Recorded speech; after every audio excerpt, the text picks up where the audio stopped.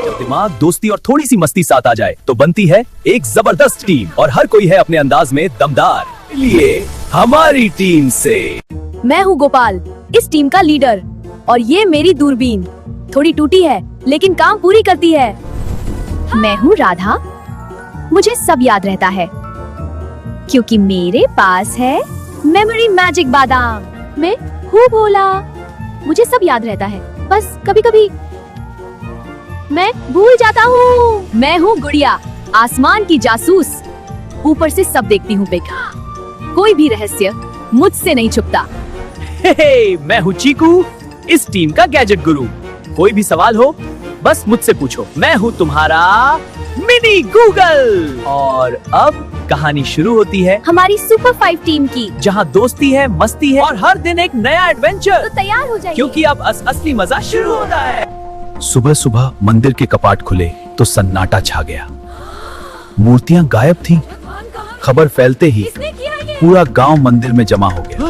अनर्थ हो गया, भगवान गायब है।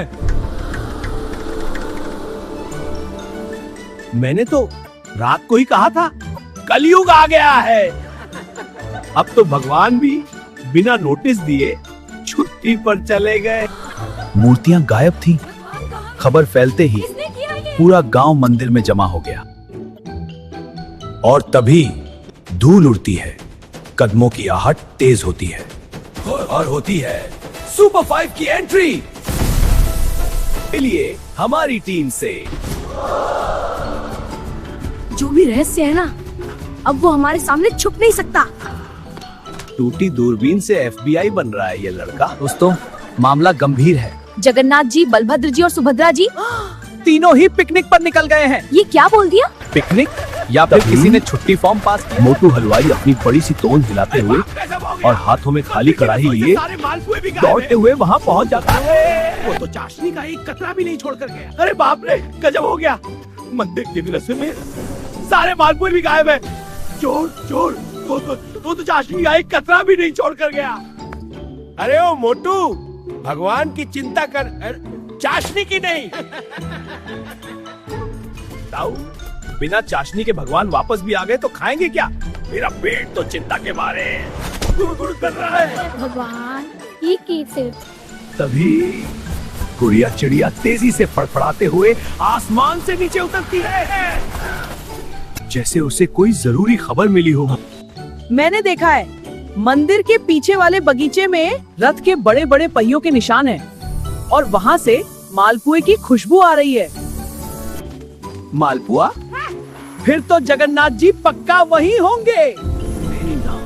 कभी झूठ नहीं बोलती। रास्ते में मुखिया जी घबराते हुए भागते भागते आते हैं और ऊपर पेड़ पर बैठा चीकू बंदर मजे में केला खा रहा होता है और बिना सोचे समझे छिलका सीधा रास्ते के बीचों बीच गिर देता है।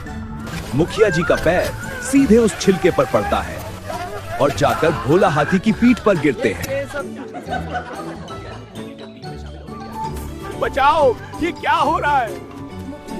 मुखिया जी, आप फिक्र मत कीजिए, हमारी टीम जगन्नाथ जासूस काम पर लग गई है।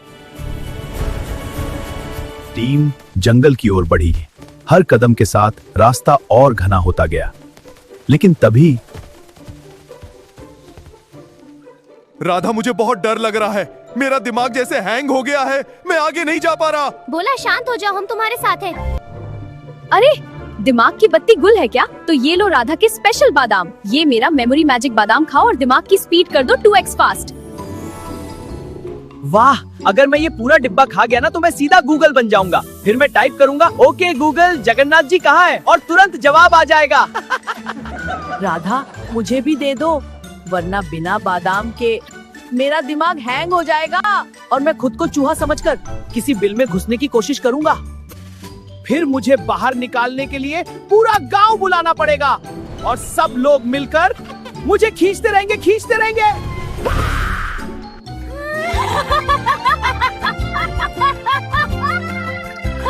राधा बिटिया, थोड़े मुझे भी दे। लेकिन मामा, ये मेरे लिए है। बादाम खाकर शायद मुझे याद आ जाए कि मैंने मालपुओं में इलायची डाली थी या नहीं।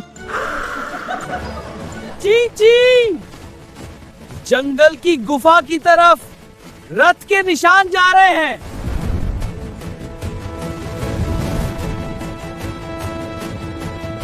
गुड़िया की बात सुनते ही पूरी टीम जंगल की ओर दौड़ पड़ी। गोपाल आगे, बाकी सब उसके पीछे। ताऊ, दुखीराम और मोटू हलवाई भी पीछे पीछे भागते हुए आ रहे थे। जंगल में अजीब सा सन्नाटा छा गया। रुको रे बच्चों, जंगल में भूत होते हैं, ये कलयुगी भूत, बादाम से नहीं डरते।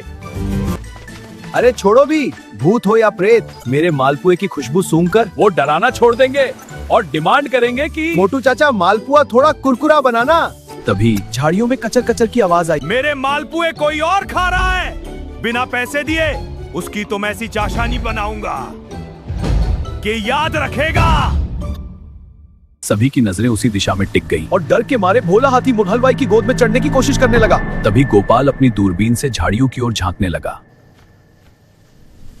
सावधान, और मालपुए खा रहा है।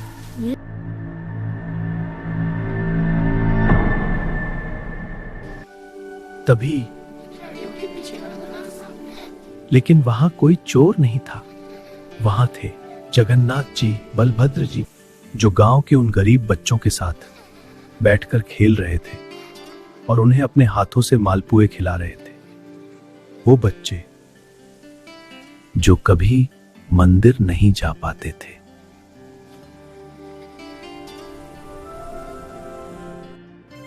अरे गोपाल, तुम लोग बड़ी जल्दी आ गए। लगता है राधा के बादाम ने सच में दिमाग 2x तेज कर दिया है। देखा, मेरे बादाम जगन्नाथ जी को भी पता है। प्रभु, अब तो मैं गूगल बन गया हूँ। क्या मैं बता दूं कि कल मोटू हलवाई ने छुपकर 2 लड्डू खाए थे? अरे, ये बंदर तो सच में गूगल बन गया, सब जानता है। प्रभु, मेरे मालपुए क्या वो ठीक बने थे? मोटू, तुम्हारे मालपुए में प्यार की मिठास इतनी थी कि हम खुद को रोक नहीं पाए। सुना आपने? भगवान को मेरे हाथ का स्वाद पसंद आया। अब तो मैं पूरे गांव को फ्री में मालपुए खिलाऊंगा। नहीं, फ्री में नहीं, थोड़े पैसे तो लगेंगे, आखिर बादाम भी तो महंगे हो गए हैं। तभी बलभद्र जी अपनी भारी और रौबीली आवाज में हंसते हुए ताऊ दुखीराम की तरफ देखते हैं। अरे ओ दुखीराम, तुम अभी भी कलयुग का रोना रो रहे हो? यहाँ देखो, सतयुग के बच्चे और कलयुग के मालपुए। दोनों का तालमेल कितना बढ़िया है। अपनी लाठी छोड़ो और एक मालपुआ तोड़ो, चेहरा अपने आप चमक जाएगा। ओ तेरी! प्रभु, आपको मेरा नाम भी पता है? मैं तो खामखालियों को कोस रहा था। असली मजा तो आपके इस मालपुआ युग में है। आज से मेरा रोना बंद और मालपुआ खाना शुरू। गोपाल, तुम्हारी ये टूटी दूरबीन भले ही पुरानी हो, पर तुम्हारी जासूसी की नीयत एकदम साफ है। लेकिन अगली बार हमें ढूंढने निकलो तो याद रखना, हम कहीं खोते नहीं। बस कभी कभी अपने भक्तों के साथ पिकनिक मनाने निकल जाते हैं।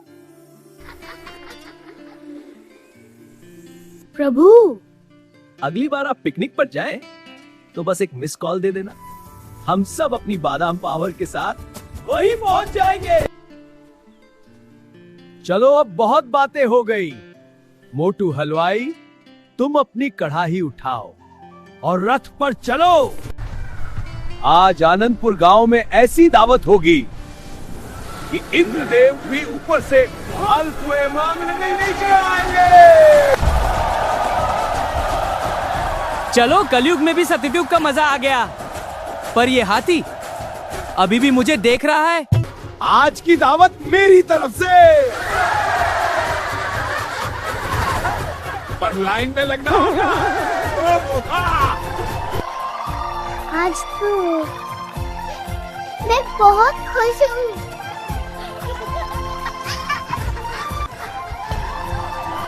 भोला हाथी इतना खुश हुआ कि उसने अपनी सूंड में ढेर सारा पानी भरा। अरे, ये कलयुगी हाथी ने मुझे फिर भिगो दिया। राधा, इसे बादाम नहीं, अब करेला खिलाओ। अगली बार था।